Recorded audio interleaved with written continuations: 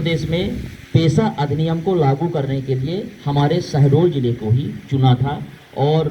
लालपुर के हवाई पट्टी में वह कार्यक्रम हुआ था। मुझे लगता है उस कार्यक्रम में हम सब लोग सहभागी भी हुए थे। 15 नवंबर 2022 को मध्य प्रदेश में यह अधिनियम प्रभावी रूप से लागू हुआ और जब कोई अधिनियम लागू होता है तो उसको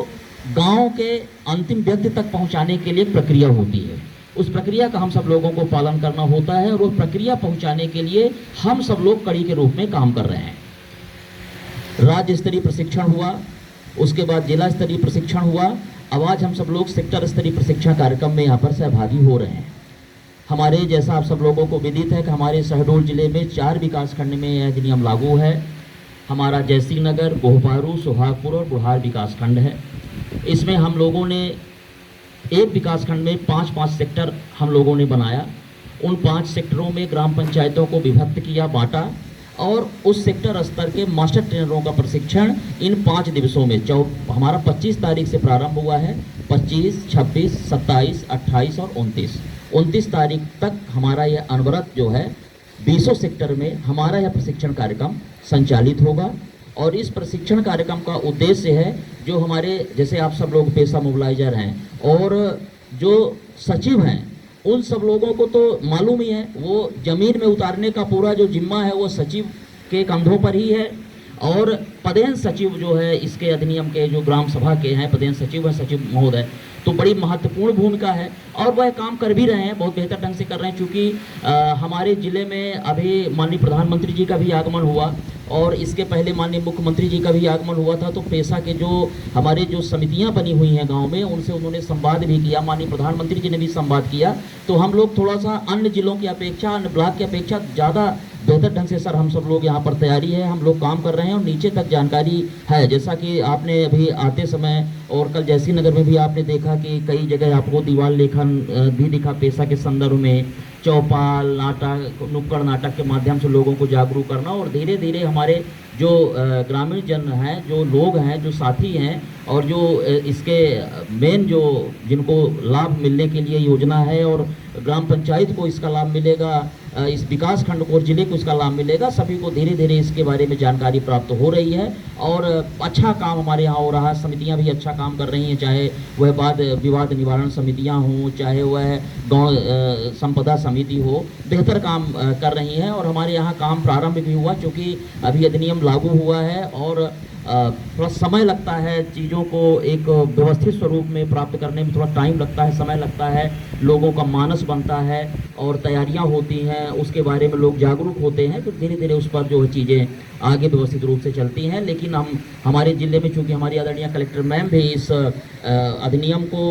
ज़मीन स्तर पर लागू करने के लिए, इसका लाभ हम लोगों को मिले उसके लिए वो भी बहुत संकल्पित रहती हैं। हमारे सीओ साहब भी बहुत इस पर ध्यान देते हैं। हमारे जो पेशा के डिस्ट्रिक्ट कोऑर्डिनेटर हैं, ब्लॉक कोऑर्डिनेटर हैं, वो भी गांव-गांव में जो समितियां हैं वो भी हमारे मोबिलाइजर हैं, वो भी अच्छा मेहनत करके इस अधिनियम के बारे में गांव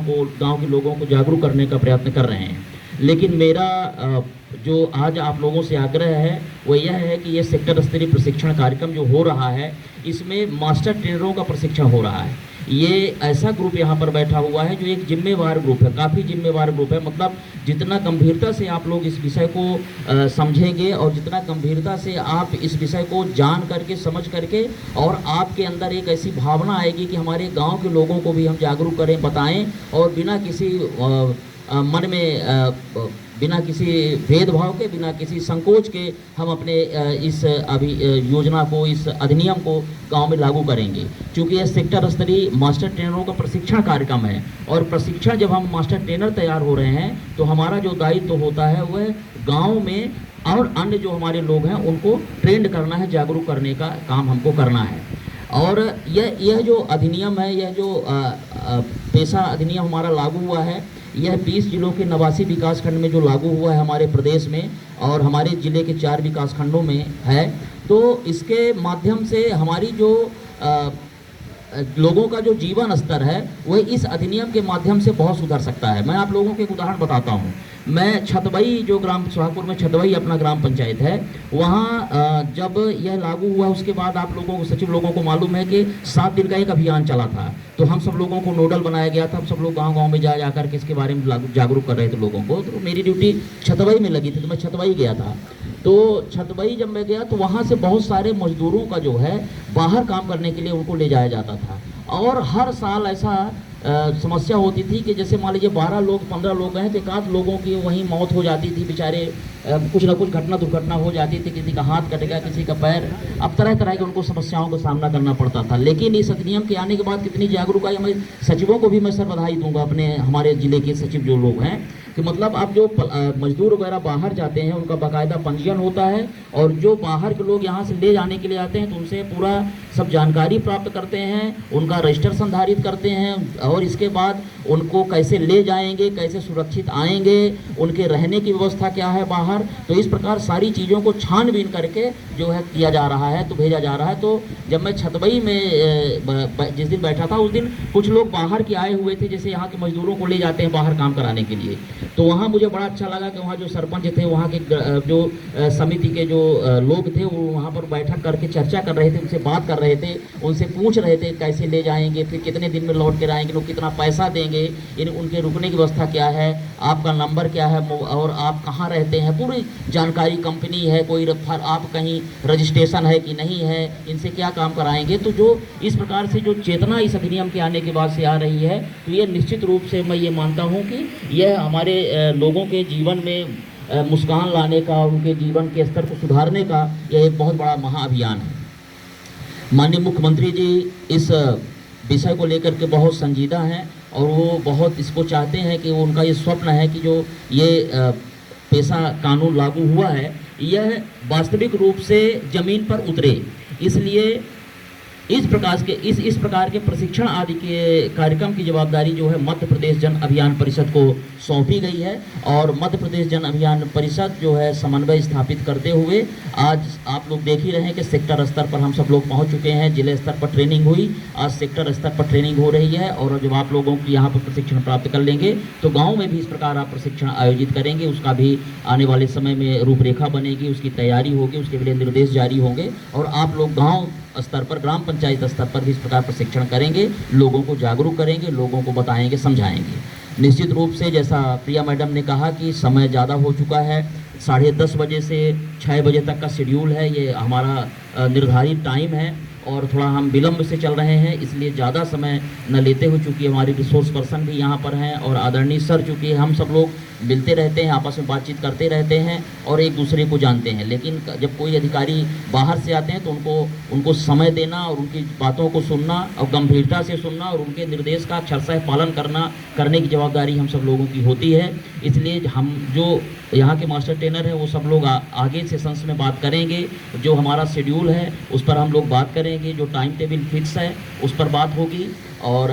लेकिन आदरणीय सर यहाँ पर आए हुए हैं तो मैं ज़्यादा समय नहीं लूँगा, बस आप लोगों से इतनी ही अपेक्षा करूँगा, इतनी ही उम्मीद करूँगा कि जो यह प्रशिक्षण आप लोग यहाँ प्राप्त करेंगे उसको नीचे ले जा करके ग्राम पंचायत स्तर पर लोगों को जागरूक करेंगे। और सबसे बड़ी बात जो उद्देश्य है मध्य प्रदेश शासन का वह है कि नवीन जो हमारे ग्राम सभाओं का गठन करना, नवीन इस एक्ट के तहत नवीन ग्राम सभाओं का जो गठन करना है, टोले हैं, मजरे हैं, मोहल्ले हैं, वहाँ जो हमको गठन करना है वह वास्तविक रूप से उसका गठन हो और वहाँ के लोगों को उसका लाभ मिले। यह प्रशिक्षण तभी सार्थक होगा जब यह सारी चीज़ें हमारे विकास खंड में, हमारे ज़िले में हो पाएंगी, और उस दिशा पर हम सब लोग आगे कदम बढ़ाए भी हैं, आगे काम कर भी रहे हैं। तो ज़्यादा समय नहीं लूँगा, और आप सब लोग यहाँ पर आए हैं और आप लोग प्रशिक्षण प्राप्त कर रहे हैं। मुझे पूरी उम्मीद है कि पूरी गंभीरता से जो शेड्यूल है उसके आधार पर प्रशिक्षण चलता रहेगा, और मैं आप लोगों के बीच में आपके समक्ष खड़े होकर के जो मुझे कहना था मैंने अपनी बात कही। अब मैं अपनी वाणी को विराम दूंगा और मैं सीधे ज़्यादा समय लेते हुए हमारे उप निदेशक महोदय मध्य प्रदेश जन अभियान परिषद भोपाल आदरणीय श्री अमिताभ श्रीवास्तव सर से निवेदन करूंगा कि उस प्रशिक्षण कार्यक्रम के बारे में हम सब लोगों को अवगत कराने का कष्ट करें, हम सब लोगों को पाठ्य दें, मार्गदर्शन करने का कष्ट करें। आदरणीय सर।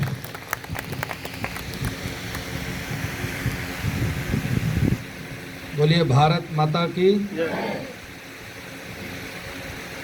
ब्लॉक सुहागपुर इस सेक्टर में उपस्थित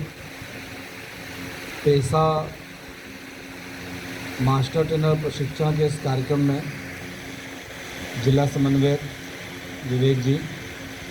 पेशा जिला समन्वयक, हमारे ब्लॉक समन्वयक और पेशा के ब्लॉक समन्वयक, यहाँ के आदरणीय सरपंच महोदय, उपस्थित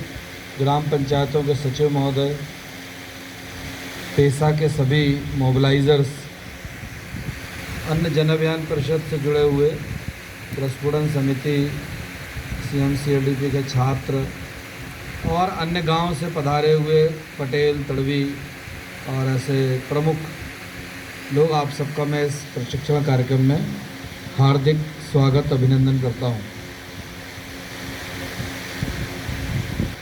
एक अत्यंत ही महत्वपूर्ण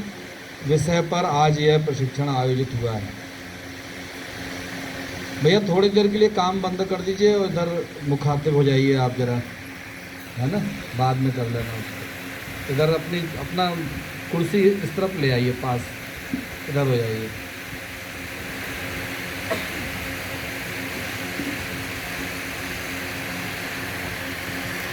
तो चूँकि कानूनी विषय है इसलिए इसको प्रशिक्षण की ज़रूरत होती है, क्योंकि कानून की अपनी एक भाषा होती है और उस भाषा का क्या आशय है ये केवल कानून पढ़ने से समझ में आता नहीं, और इसलिए उस आशय को समझाना और उसको जनहित में क्या उपयोग हो सकता है उसका, क्योंकि हर कानून किसी न किसी समाज के हित के लिए ही निर्मित होता है। तो हमको सबसे पहले ये जानना आवश्यक है कि ये पेशा एक्ट आया कैसे और इसका महत्व क्या है। तो हम सब जानते हैं कि अपना जो देश है एक अत्यंत प्राचीन देश है। दुनिया की सबसे प्राचीनतम संस्कृतियां हैं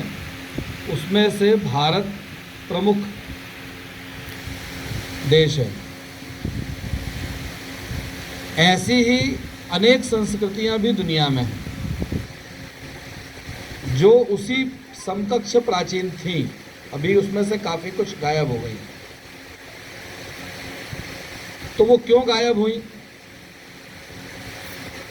तो हमको एक आचार्य विनोबा भावे के एक वाक्य पर ध्यान देना होगा,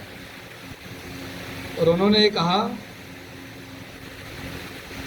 कि मुगलों के आक्रमण के पहले भारत जो है स्वतंत्र गांव का स्वतंत्र देश था। स्वतंत्र गांव का अर्थ क्या है कि सारे गांव अपने आप में परिपूर्ण इकाई थी, मतलब गांव में जो चाहिए जीवन के लिए आवश्यक संसाधन, सुख सुविधाएं, वो सबका सब एक गांव अपने आप में पूर्ण था। वो किसी के ऊपर निर्भर नहीं था, स्वावलंबी था मुगलों के आक्रमण के पहले। लेकिन जब मुगल काल खत्म हो गया तो मुगलों के